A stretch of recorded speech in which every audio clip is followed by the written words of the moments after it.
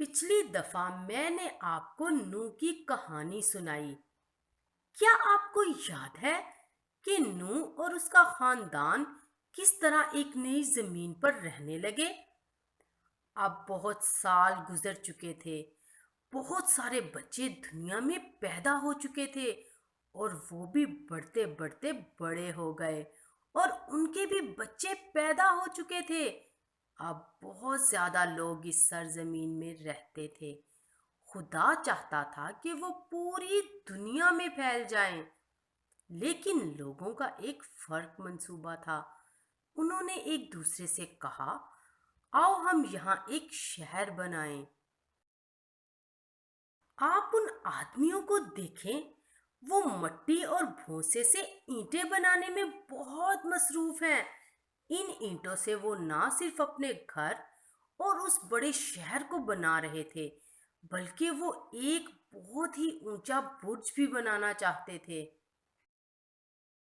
उन्होंने एक दूसरे से कहा, ये बुर्ज इतना ऊंचा हो कि इसकी चोटी बादलों तक पहुंचे, ताकि हम कहीं भी होंगे हमें ये बुर्ज नजर आएगा और हमें अपने घर वापस आने का रास्ता मिलेगा और हम सारी जमीन पर बिखर जाने से बच जाएंगे।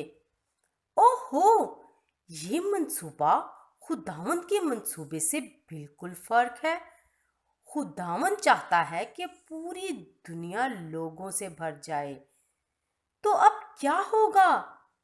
क्योंकि जब लोग खुदा की नाफरमानी करते हैं तो खुदा जरूर कोई कदम उठाता है।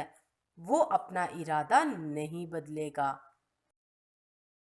मुझे हथौड़ी पकड़ा दो, एक आदमी ने काम करने वाले साथी से कहा।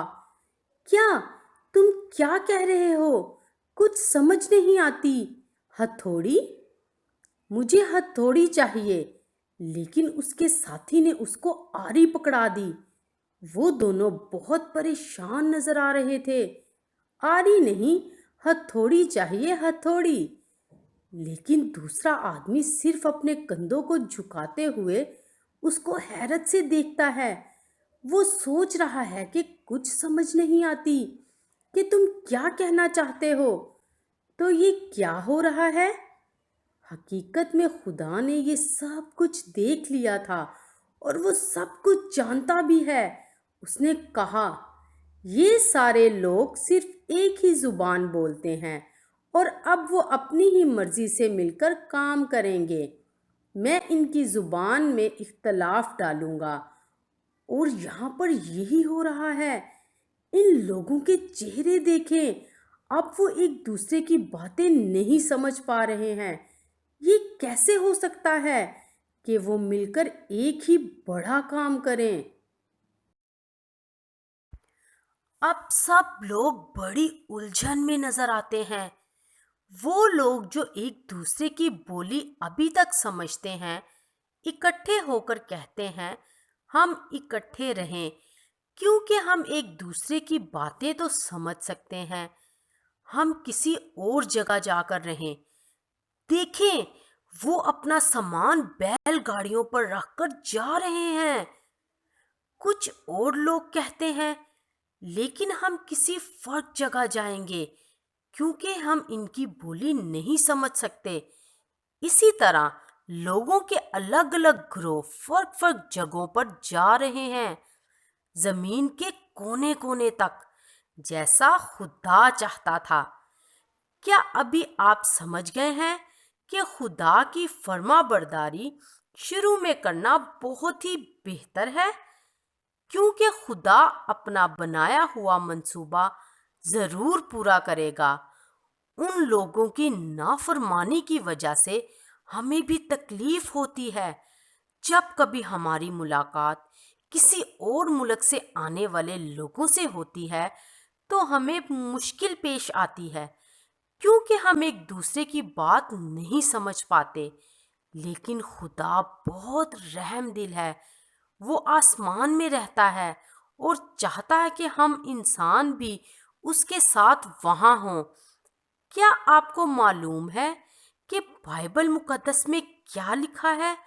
اس کی آخری کتاب یعنی مکاشفہ کی کتاب کے 7ویں باب میں یہ لکھا ہے، ان باتوں کے بعد جو میں نے نگاہ کی تو کیا دیکھتا ہوں کہ ہر ایک قوم اور قبیلہ اور امت اور اہل زبان کی ایسی بڑی بھیڑ جسے کوئی شمار نہیں کر سکتا، سفید جامے پہنے اور کھجور کی ڈالیاں اپنے ہاتھوں میں لیے ہوئے تخت اور برا کے آگے کھڑی ہیں اور بڑی آواز سے چلا چلا کر کہتی ہیں کہ نجات ہمارے خدا کی طرف سے ہے جو تخت پر بیٹھا ہے اور برا کی طرف سے۔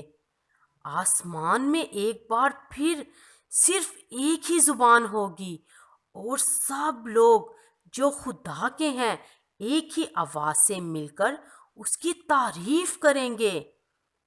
کیا آپ بھی اس بھیڑ میں شامل ہونا چاہتے ہیں؟